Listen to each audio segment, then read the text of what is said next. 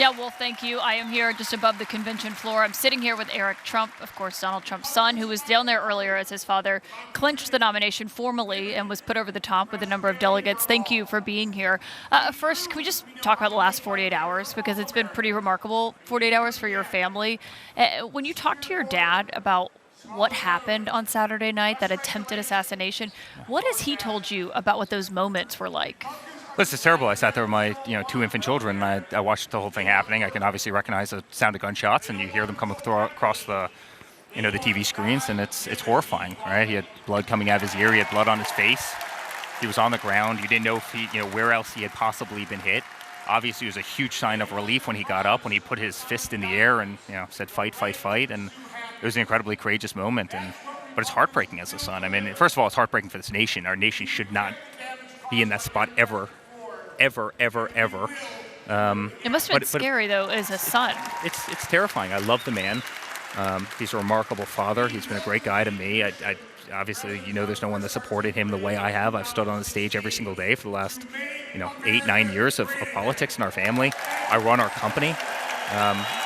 He's just a special guy. He's a big part of my life. He's my best friend, and to see him get shot at, it's unthinkable. Did it take you a long time to get in touch with him and to be able to actually talk to him? Listen, I know everybody in the ecosystem, as you can probably imagine, so I was in contact with them when they were in the vehicles, but no one quite knew what was happening until they got to the hospital, and finally he was in the hospital, and I get a call from him, and he cracked a little joke, and I knew, the Donald Trump I know, the father I know was back, and it's kind of surprising to have that kind of spirit right after that happened. I mean, his life could have been taken in a heartbeat, it almost was, and other people's lives were taken that day, and it was scary. It was incredibly scary, but, again, just a remarkable person. Do you think it's sunk in for him that he was within an inch of his life? I mean, that's something every president, I think, is worried about. There are threats. You have Secret Service protection. But has he grappled with the fact that it was so close? It was less than an inch. Had he turned his head like this right before the shot broke, had he not turned his head, he'd be dead right now. That's how close this was. I mean, obviously, he had hit his ear. Yes, he certainly understands how close it was, and at the same time, he's not deterred. I remember the first thing he said when I spoke to him in the hospital is, "Nothing changes with the RNC.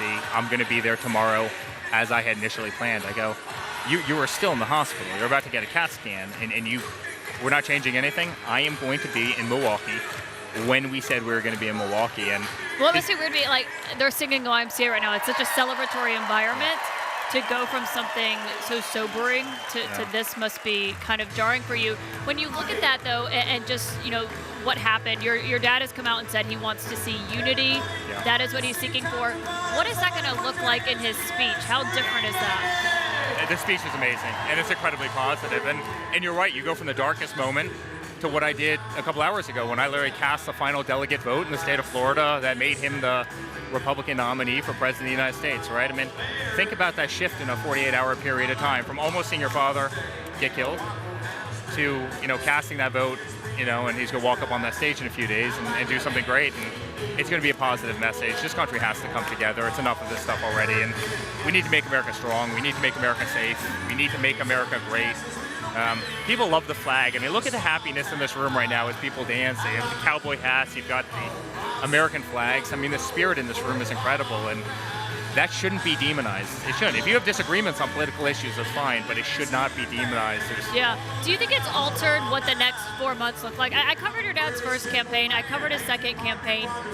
What does it change about, what these next 100 days would have looked like beforehand? Well, I certainly hope it does. Politics is an ugly business. I never possibly imagined how ugly it would have been. I think we were all naive. We grew up in a big world, right? In real estate, it's a cutthroat business. It's nothing compared to politics. And, I think politics needs to be done with a lot more respect and a lot more love. And even when I was down there before, not your network, but, I was attacked by one of the networks, MSNBC, and I'm sitting there saying it's less than 48 hours after a guy almost took a bullet in the head, and you're already just going crazy on total. We've got to cool it down. We've got to stop. And I think you're going to see a beautiful speech. You're going to see a motivational speech, and I'm proud of the man.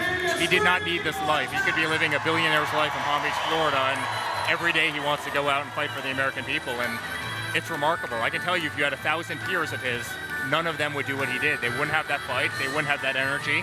They wouldn't want to do it. I love the man to death. He's a remarkable human being, and I'm incredibly proud to be his son. Well, and I think everyone can say they're glad that he's safe. Eric Trump, thank you for joining us and talking about that. Well, obviously, to just hear what those moments were like, we were all watching them as a country, as reporters, but also to hear from his family about what it was like, Wolf. Okay, well, thank you very much. Thank Eric Frost as well.